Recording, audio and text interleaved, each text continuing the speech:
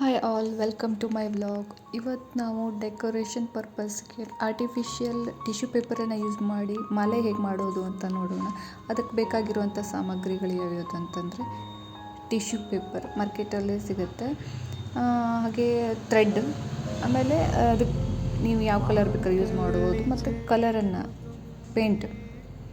ಹಾಗೆ ಮೊದಲಿಗೆ ನಾವು ಟಿಶ್ಯೂ ಪೇಪರನ್ನು ತೊಗೊಂಡು ಅದನ್ನು ಸರಿಯಾಗಿ ನಾನು ತೋರಿಸ್ತಾ ಇರೋ ಥರನೇ ಫೋಲ್ಡ್ ಮಾಡಿ ಮಧ್ಯ ಆ ಕಡೆನೂ ಎರಡು ಸೈಡು ನೀಟಾಗಿ ಕಟ್ ಮಾಡ್ಕೋಬೇಕು. ಫುಲ್ ಕಟ್ ಮಾಡಬಾರ್ದು, ಹಾಫ್ ಕಟ್ ಮಾಡಿ ಸೈಡು ಫುಲ್ ಕಟ್ ಮಾಡಿ ಅದು ಬಟರ್ಫ್ಲೈ ವಿಂಗ್ಸ್ ಏನು ಬರುತ್ತಲ್ಲ ಅದೇ ಥರ ಅದನ್ನು ಕಟ್ ಮಾಡ್ಕೊಳ್ಬೇಕು.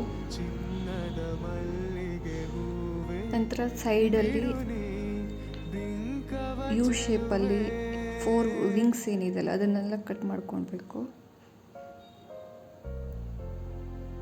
ಸೂರ್ಯ ಚಂದ್ರ ಸಾಕ್ಷಿ ತಂಗಾಳಿ ಸಾಕ್ಷಿಯು ಎಂದೆಂದು ಬಿಡದ ಬೆಸುಗೆ ಈ ನಮ್ಮ ಪ್ರೀತಿಯು ಬಂಗಾರದ ತನುಡಿಯ ಸಂಗಾತಿ. ನಂತರ ಅದನ್ನು ಬಿಡಿಸ್ಕೊಳ್ಬೇಕು ಬಿಡಿಯಾಗಿ.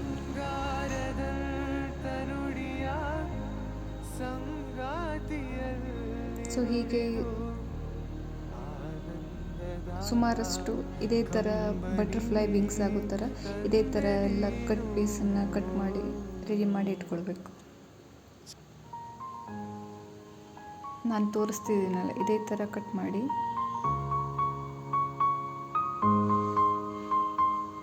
ಸೈಡ್ ಎಡ್ಜಸ್ಸನ್ನೆಲ್ಲ ಯು ಶೇಪಲ್ಲಿ ಕಟ್ ಮಾಡ್ಕೊಳ್ಳಿ. ನೋಡೋದಕ್ಕೆ ಹೂವಿನ ಹೆಸರಿನ ಥರನೇ ಕಾಣಿಸುತ್ತೆ.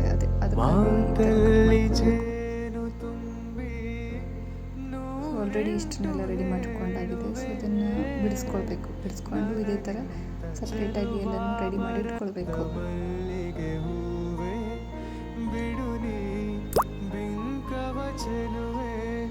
ನಿನ್ನ ಒಲವು ಬೇಕೆಂದು ಬಳಿಗೆ ಬಂದಾಗ ಚಲವು ನನ್ನಲ್ಲಿ ಹೇಗೆ ಚಿನ್ನದ ಮಲ್ಲಿಗೆ ಹೂವೆ. ಸೊ ಇದಿಷ್ಟಾದ್ಮೇಲೆ ಬಿಡುನಿ ಬಿಂಕವ ಚೆಲುವೆ.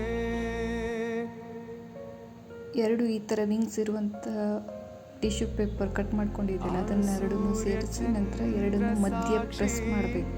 ಪ್ರೆಸ್ ಮಾಡಿ ಕೈಯಲ್ಲಿ ಬೆರಳಲ್ಲಿ ಈ ಥರ ಪ್ರೆಸ್ ಮಾಡಿದ ಮೇಲೆ ಅದು ಹೂವಿನ ಮಾಲೆಗೆ ನಾವು ಕಟ್ತೀವಲ್ಲ ಅದೇ ಥರ ಒಂದು ಪೀಸ್ ರೆಡಿ ಆಗುತ್ತೆ. ಬಂಗಾರದ ತನುಡಿಯ ಸಂಗಾತಿಯಲ್ಲಿ ನುಡಿದು ಬಂಗಾರದ ತನುಡಿಯ ಸಂಗಾತಿಯಲ್ಲಿ ನುಡಿದು ಆನಂದದ ಕಂಬನಿ.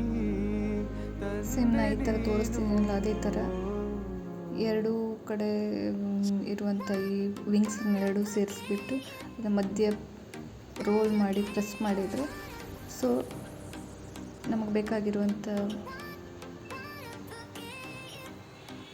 ಆರ್ಟಿಫಿಷಿಯಲ್ ಹೂಗಳೆಲ್ಲ ರೆಡಿ ಆಗಿಬಿಡುತ್ತೆ. ಇದೇ ಥರ ಎಲ್ಲವನ್ನು ಏನು ಇಟ್ಕೊಂಡಿದ್ದೀವಲ್ಲ ಅದನ್ನೆಲ್ಲ ರೆಡಿ ಮಾಡಿ ಇಟ್ಕೊಂಡು ಇರಬೇಕು.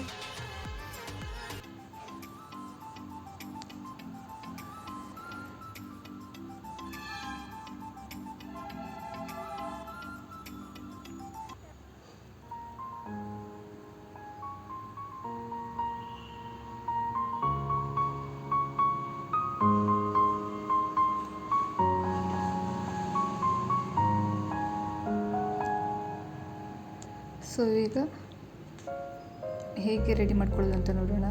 ಇನ್ನು ಪೇಂಟ್ ಮಾಡಲಿಕ್ಕೆ ಯೂಸ್ ಮಾಡಿರುವಂಥ ಕಲರ್ ಏನಿದೆಯಲ್ಲ ನಾನು ಗ್ರೀನ್ ಕಲರ್ ತೊಗೊಂಡಿದ್ದೀನಿ. ನೀವು ಯಾವುದೇ ಬೇಕಾದರೂ ಕಲರ್ ತಗೋಬೋದು.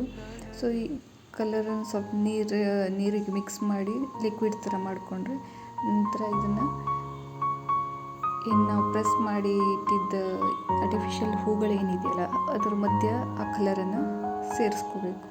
ಅಂದರೆ ಆಮೇಲೆ ಮಾಲೆ ಕಟ್ಟೋದಕ್ಕೆ ನೋಡೋದಕ್ಕೂ ಕೂಡ ತುಂಬ ಸಖತ್ತಾಗಿ ಕಾಣಿಸುತ್ತೆ, ನೋಡಲಿಕ್ಕೆ ಚೆನ್ನಾಗಿ ಕಾಣಿಸುತ್ತೆ.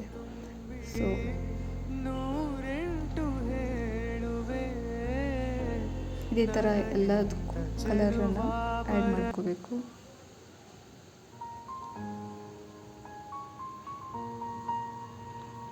ನಂತರ ಈ ರೆಡಿ ಮಾಡಿಕೊಂಡಿರುವಂಥ ಈ ಹೂಗಳನ್ನೆಲ್ಲ ಸೇರಿಸಿ ಒಂದು ಮಾಲೆಯಾಗಿ ಮಾಡಬೇಕು.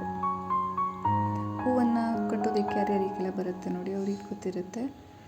ಸೊ ಇದೇ ಥರ ಹೂವಿನ ಮಾಲೆ ಯಾವ ಥರ ಕಟ್ತಾರೆ ಎಲ್ಲ ಹೂವಿನ ಆರ್ಟಿಫಿಷಿಯಲ್ ಹೂಗಳನ್ನು ಸೇರಿಸ್ಕೊಂಡು ಮಾಲೆಯನ್ನು ಮಾಡ್ಕೋಬೇಕು.